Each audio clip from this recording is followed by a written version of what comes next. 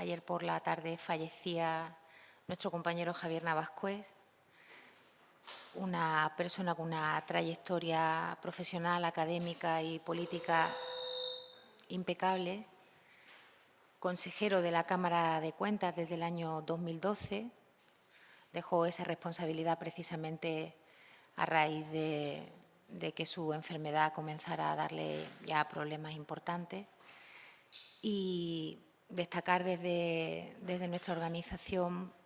esa trayectoria que le llevó a ser profesor universitario, director de la Fundación de Investigaciones Marxistas, una persona muy reconocida en el ámbito de la teoría económica, y también le llevó a tener puestos de responsabilidad tanto en el seno de Izquierda Unida como del Partido Comunista, donde hoy, pues, junto a un abrazo a su familia,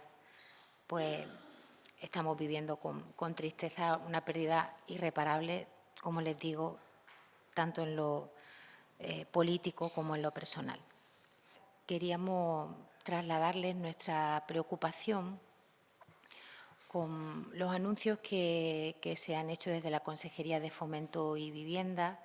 en los últimos días, como saben, tanto en el ámbito de cada provincia como en el contexto de Andalucía, con ese nuevo lanzamiento de oferta de suelo, tanto de suelo industrial como de suelo residencial, para ser vendido, para ser puesto a disposición de las empresas privadas, tanto para usos, como les digo, terciarios, como para la construcción de viviendas. ¿Y por qué les decimos que nos preocupa? Porque de las previsiones que la propia Consejería ha trasladado, se desprende que del suelo disponible, que son algo más de 891.000 metros cuadrados, la parte que corresponde a suelo residencial permitiría la construcción aproximada de 3.007 viviendas, de las cuales menos de la mitad, 1.437 en concreto, serían viviendas con alguna figura de protección. Esto nos preocupa, como les decía al principio, porque pone sobre la mesa la confirmación de algo que desde Izquierda Unida llevamos reiterando casi desde el inicio de la legislatura. Y es que durante la legislatura pasada, en la que Izquierda Unida gestionaba dentro del ámbito del cogobierno la Consejería de Fomento y Vivienda, se impugnó un paradigma y se desmontó una forma de operar en el mercado de la vivienda a través de la Consejería, haciendo una transformación muy profunda del que era el instrumento de intervención fundamental, la que entonces era la Empresa Pública de Suelo, EPSA.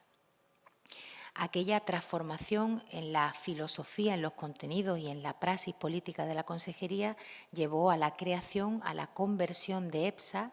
en la Agencia de Vivienda y Rehabilitación. ¿Con qué objetivo? Con el objetivo de que efectivamente el instrumento más potente que tenía la Junta de Andalucía a su disposición para intervenir en el mercado de vivienda lo hiciera precisamente para contener la escalada de precios, para intervenir procurando solución habitacional a las personas con menos recursos y para rehabilitar el ya importante parque público, aproximadamente 80.000 viviendas de titularidad de la Junta, pero que a raíz de que llevaban muchas de ellas varias décadas construidas, presentaban problemas de mantenimiento importantes. Se trataba de reactivar el sector de la construcción, pero interviniendo en la vivienda que ya estaba construida, tratando además de fomentar otras fórmulas de tenencia de vivienda que no pasaran exclusivamente por la compra. El Partido Socialista ha mantenido durante esta legislatura esa filosofía, pero solo en lo formal. Los pasos que se han ido dando han sido volver a las andadas. El Partido Socialista ha vuelto a las andadas. Y este anuncio de nueva venta de suelo, en el que además se dice con todas las letras que la mayor parte de la vivienda que se va a construir en ese suelo cuando se venda va a ser vivienda de renta libre, nos pone sobre la pista de la recuperación de un modelo al que no debiera volver la Junta de Andalucía, porque esos pasos ya se dieron y sabemos a dónde van. En Andalucía hay más de 700.000 viviendas vacías y no es precisamente apostar por la construcción donde tengo vivienda vacía lo que vaya a facilitar a las familias y a las personas con pocos recursos que tengan acceso a una vivienda digna. Y no lo va a ser por muchas cuestiones que ustedes conocen y que en estos años, lejos de resolverse, se han agudizado, porque las rentas son escasas, porque los salarios medios han decrecido. En fin, tenemos los datos muy frescos porque el pasado sábado se cumplían 6 años de la última reforma laboral, con todo lo que ha traído de consecuencias negativas para las condiciones de trabajo y, por tanto, de vida del pueblo andaluz.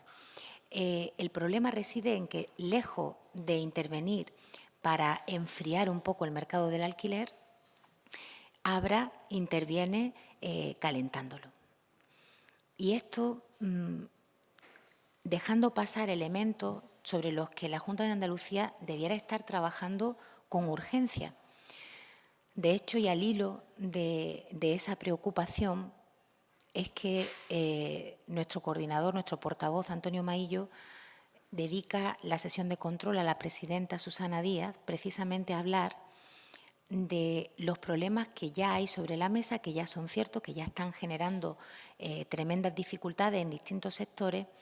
de la irrupción violenta, si me permiten, de las plataformas de intermediación digital en distintos sectores.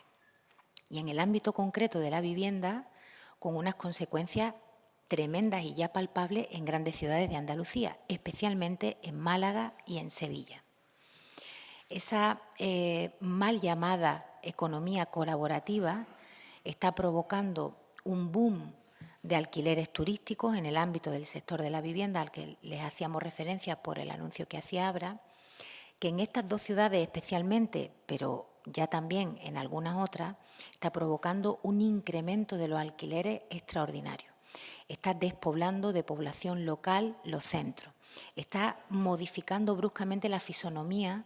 de la zona emblemática de esos cascos urbanos donde la presión del alquiler turístico se está dejando sentir. Estas plataformas están aprovechando una desregulación normativa con unas consecuencias que ya se padecen, que tienen ejemplos concretos. Una persona a la que hoy día tenga una vacante, por ejemplo, para trabajar de profesor, de profesora en una gran ciudad, tiene tremendas dificultades para poder pagar con su salario el alquiler de la vivienda en la ciudad donde le ha tocado trabajar. Bueno, todo eso lo vamos a abordar con la presidenta el jueves, porque no podemos conformarnos con anuncios que hacen algunas empresas de este sector diciendo que van a hacer un registro de apartamentos turísticos y saludar la iniciativa como si fuese una gran idea del sector para mejorar este problema que les describía. Tener un registro es lo mínimo que despachan, de hecho está en el régimen sancionador de la Ley de Turismo del año 2011. A ese régimen sancionador se refiere el decreto de alquileres turísticos que la Junta aprobó en 2016, que ha resultado completamente insuficiente para atajar este problema que sigue creciendo. Por tanto, hay varias organizaciones que están tan preocupadas como Izquierda Unida por este tema, como lo estamos nosotras. Así nos lo ha trasladado Facua, por ejemplo, así nos lo trasladaba ayer mismo la Dirección Andaluza de Comisiones Obreras, porque este problema tiene dos vertientes. Tiene la vertiente del empleo, la irrupción de esta competencia desleal en determinados sectores de distribución de mercancías, de transporte de personas, la parte del alojamiento turístico también pone en riesgo, cierto, la calidad y la estabilidad del empleo que generan los sectores que están sujetos a una normativa, pero por otro lado también genera una tremenda indefensión para las personas consumidoras y usuarias de este servicio que se está autorregulando y abriéndose paso en el mercado como elefante en cacharrería. Esos elementos queremos hablarlos con la presidenta, queremos saber qué iniciativa va a adoptar. Izquierda Unida está trabajando algunas propuestas en ese sentido, pero queremos conocer a priori el impulso y la iniciativa del Gobierno, porque recordarán que ya pusimos sobre la mesa iniciativas concretas para atajar la precariedad y la explotación que se estaba produciendo, que se está produciendo en las personas que trabajan en la hostelería, concretamente entre las camareras de piso.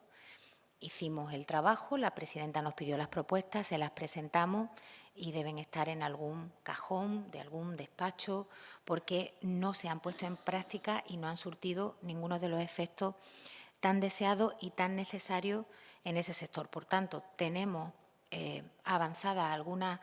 propuestas que entendemos que serían positivas para corregir, para poner freno a este problema de especulación pura y dura que se está generando en las ciudades, pero queremos saber también si el Gobierno tiene alguna idea al respecto, más allá de tocarle las palmas a una empresa que dice 2 años después de publicarse un decreto que va a empezar a cumplir lo que, por no haber cumplido, le hubiera llevado a ser sancionado si hubiéramos cumplido la letra de ese decreto. Esta tarde también, y con eso terminamos y quedamos a sus preguntas, el Consejo de Gobierno va a comparecer a petición propia para hablar de la incidencia de las autopistas en Andalucía. Bueno, no se nos escapa el hilo conductor de esta comparecencia después de las declaraciones de Juan Manuel Moreno Bonilla hablando del peaje que todavía se mantiene vigente entre Cádiz y Sevilla desde el año 1969. Hemos pagado ya al pueblo andaluz para que ese trayecto fuese de mármol, de primerísima calidad. Y esta tarde habrá ocasión de hablar de ello, no solo quizás en los términos en los que tenga planteado el Consejo de Gobierno hacerlo, sino también reflexionando sobre cómo ha sido la planificación de la obra pública y de la infraestructura en Andalucía, de la que también el Partido Socialista tiene algunas cuestiones en el debe, incluida la autopista de peaje de la que hablábamos, cuyas sucesivas prórrogas han sido realizadas no solo por gobiernos del Partido Popular, también por gobiernos del Partido Socialista. El pueblo andaluz tiene razones para estar quejoso, si me permiten, por el proceder de ambos gobiernos, porque ambos partidos, cuando han estado con la competencia en Madrid, han hecho lo mismo. Por eso es que llevamos más de casi 50 años pagando peaje en la única vía de alta capacidad que comunica a las dos provincias. La eliminación completa del peaje, explícitamente. Sí, sí, claro, sin duda. Llevamos pidiéndola. Sí, lo digo porque en Madrid la portavoz de Irene Montero, concretamente, decía que tenían que estudiarlo, el tema de que finalmente no hubiera peaje y de que no se pagara no hubiera compensaciones posteriores. Nosotros lo tenemos estudiado y aprobado con nota. Ese peaje sobra desde hace muchos años, está más que amortizada la inversión y el beneficio razonable, y es un condicionante importante que además provoca problemas en la Nacional Cuarta, que es una vía muy insegura, que lo es no solo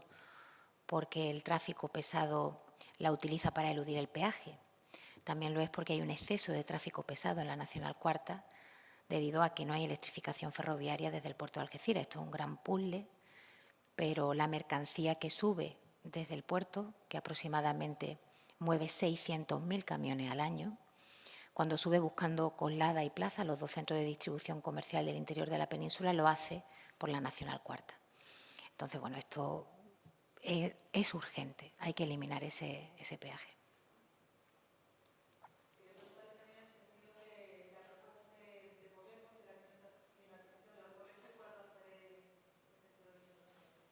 Bueno, vamos a tener la reunión de grupo dentro de un rato, pero saben, porque también el otro día lo valoraba mi compañera Elena Cortés, que hay que hacer una diferenciación entre lo urgente y lo importante. Es decir, es muy importante que se produzca una intervención en los equipamientos públicos educativos, muchos de ellos con muchos años de antigüedad, igual que ocurre, como mencionábamos antes, con el Parque Público de Vivienda de la Junta de Andalucía. y que no se hicieron con materiales constructivos lo suficientemente aislantes como para prevenir que la oscilación térmica sea tan grande como la que es en la actualidad. Esas intervenciones hay que hacerlas, hay que programarlas y hay que poner recursos a su disposición, y es importante. Pero también es urgente que para las próximas calores, si me permiten, que están a las puertas a pesar del frío que hace hoy, en los colegios, tanto el alumnado como el profesorado estén en unas condiciones adecuadas. Y eso genera otro tipo de problemas también, porque no se trata solo de comprar aparatos de aire acondicionado, es que estamos hablando también de edificios que no tienen una instalación eléctrica que aguante la carga de más que supone la climatización. Por tanto, eso es urgente. Abordarlo en el ámbito de una proposición de ley puede ser interesante. Cómo conciliamos, como le digo, lo que es urgente, lo que es importante, cuál sería la fórmula jurídica que nos permitiera llegar a tiempo a los problemas que ya están en puerta otra vez. Pero, como les digo, para fijar nuestra posición definitiva vamos a hablar sobre ello ahora en la reunión de grupo.